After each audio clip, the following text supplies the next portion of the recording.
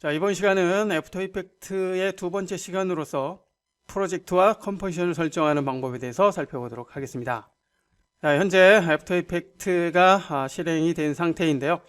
최초로 우리가 작업을 하기 위해서는 컴포지션을 설정을 해야 된다고 했었죠. 이전 강좌인 워크플로우 강좌에서 살펴본 적이 있었는데요. 이번 시간에는 보다 세부적인 설정을 하는 방법에 대해서 하나하나 살펴보도록 하겠습니다.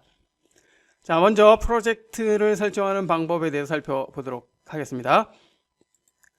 파일 메뉴를 보면 새로 만들기 그리고 새 프로젝트가 있는데요. 새 프로젝트는 새로운 작업을 하기 위한 새로운 프로젝트를 만들 때마다 사용을 할 수 있는 그러한 메뉴입니다. 현재는 이미 새 프로젝트가 만들어진 상태이고요. 프로젝트의 설정을 하기 위해서 아래쪽으로 내려와 보면 프로젝트 설정 메뉴가 있는데요. 선택을 해보죠. 자, 그러면 프로젝트 설정 창이 나타나는데요. 자, 여기에서 중요한 옵션에 대해서 살펴보도록 하겠습니다. 먼저 첫 번째 항목인 비디오 렌더 및 효과 항목이 있는데요.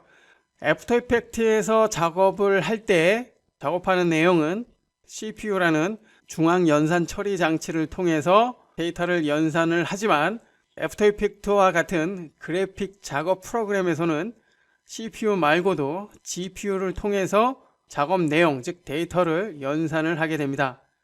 그렇기 때문에 그래픽카드의 성능 여하에 따라서 작업 속도가 달라질 수 있는데요. 제가 사용하는 컴퓨터에서는 GPU 가속, 즉 CUDA 프로세스가 지원이 되는 그런 그래픽카드를 사용하고 있기 때문에 지금처럼 GPU 가속 기능을 사용할 수가 있습니다. 클릭해서 열어보면 아래쪽에는 머큐리 소프트웨어 전용이라고 되어 있는데요. 그래픽카드를 활용하지 않고 소프트웨어 엔진만을 사용한다는 것이죠. 자, 만약 그래픽카드의 성능이 좋지 않다면 소프트웨어 전용 엔진을 사용을 해도 되겠지만 그래픽카드의 성능이 괜찮다면 GPU 가속 엔진을 사용을 하는 것을 권장을 합니다. 여러분이 사용하는 컴퓨터에 GPU 가속 엔진을 사용할 수 있는 그러한 그래픽카드를 사용을 하는지에 대해서는 여러분들이 직접 살펴봐야 되는데요. 여러분 컴퓨터의 시스템 설정으로 들어가 보시면은 여러분이 사용을 하는 그래픽카드 모델을 확인할 수가 있습니다. 그 모델을 통해서 GPU 가속 엔진을 사용할 수 있는지 파악을 해 보시고요. 자세한 내용은 어도비 웹사이트에 들어가 보시면 애프터 이펙트에서 사용이 되는 GPU 가속 엔진을 지원을 하는 다양한 그래픽카드에 대한 정보를 확인할 수가 있습니다. 자, 그 부분 여러분이 직접 살펴보시기 바라고요. 자, 그리고 그 옆으로는 시간 표시 스타일이 있는데요. 작업에 사용이 되는 시간 단위를 어떠한 형태로 설정을 해 놓고 작업을 할 것인지 미리 지정을 해 줄 수 있습니다. 현재 기본적으로 시간 코드를 사용을 하고 있는데요.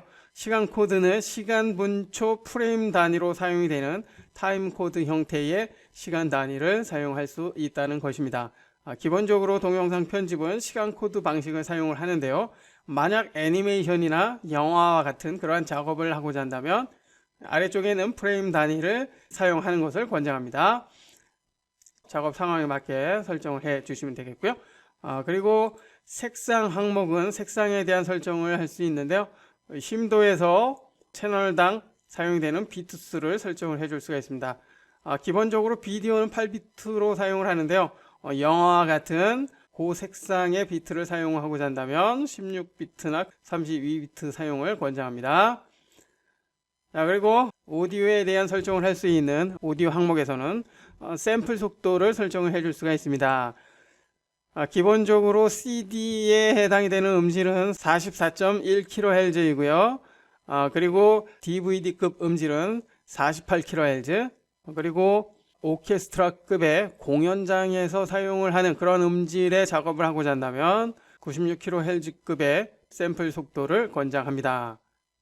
역시 작업 환경에 맞게 설정을 해주면 되겠고요. 그리고 표현 항목이 있는데요. 표현 항목은 특별히 손댈 필요는 없을 것 같습니다. 자, 프로젝트 설정은 비디오 렌더 및 효과에 대한 것과 시간 표시 스타일 그리고 색상과 오디오에 대한 설정 요 정도만 설정을 해 놓으면 작업하는데 특별한 문제가 없을 것 같습니다. 자, 설정이 끝났다면 확인 버튼을 누르고 나옵니다. 이제 실제 작업을 할 수 있는 컴포지션에 대한 설정을 해 보도록 하겠습니다. 컴포지션 설정을 하기 위해서 자, 먼저 새로운 컴포지션을 하나 만들어 줘야 되겠죠.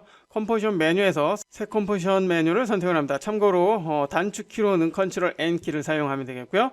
그리고 새로운 컴포지션을 만들어 주는 또 다른 방법은 프로젝트 패널 아래쪽에 보시면 이 아이콘이죠.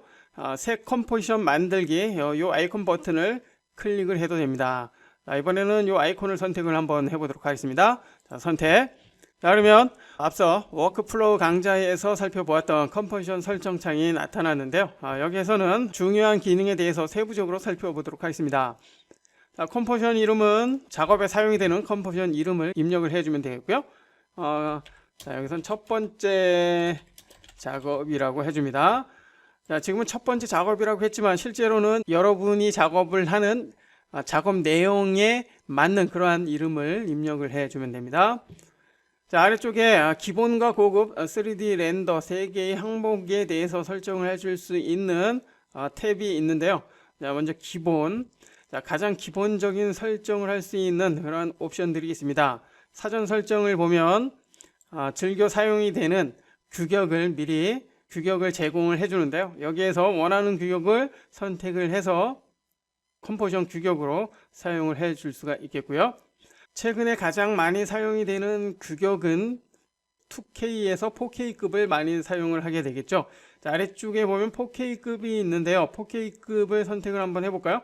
UHD 4K 29.97 프레임 선택을 해보면 자, 아래쪽에 3840에 2160이라는 규격으로 자동 세팅이 되는 것을 알 수가 있습니다. 이와 같은 규격이라는 것이죠.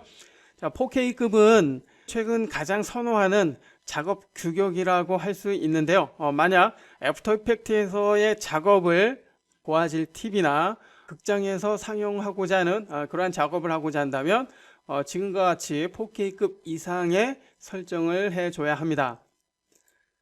참고로 아래쪽에 보면은 시네온이라는 게 있고요. 그 다음에 필름이라는 게 있습니다. 자, 여기에서 필름을 보면 2K와 4K로 이렇게 설정이 되어 있는 것을 알 수가 있죠. 그 밖에 현재 가장 고화질로 사용할 수 있는 UH 8K까지 지원이 되는 것을 알 수가 있는데요. 8K까지 우리가 사용할 필요는 없을 것 같고요. 만약 애프터 이펙트에서 작업한 내용을 유튜브와 같은 그러한 플랫폼에서 사용하고자 한다면 작업은 4K로 하고 최종적으로 출력하는 출력물은 2K급으로 해주는 것을 권장을 합니다. 유튜브에서 사용이 되는 규격이 일반적으로 2K급으로 사용을 하기 때문입니다. 참고하시고요. 자, 만약 우리가 직접 작업 규격, 즉 컴포지션 규격을 설정을 하고자 한다면 직접 폭과 높이 값을 설정을 해줘도 됩니다. 참고하시고요. 자, 여기에서는 학습을 위한 목적이기 때문에 조금 낮은 규격을 사용을 해보도록 하겠습니다. HD 720에 29.97 프레임 이 규격을 사용을 해보죠. 자, 그러면 1280에 720 규격으로 자동 설정이 되는 것을 알 수가 있습니다. 본 강좌에 사용이 되는 학습 소스가 대부분 1280에 720으로 제작된 그런 규격이기 때문에 현재 학습에 사용이 되는 컴포지션 규격은 이처럼 1280에 720으로 설정을 한 것입니다.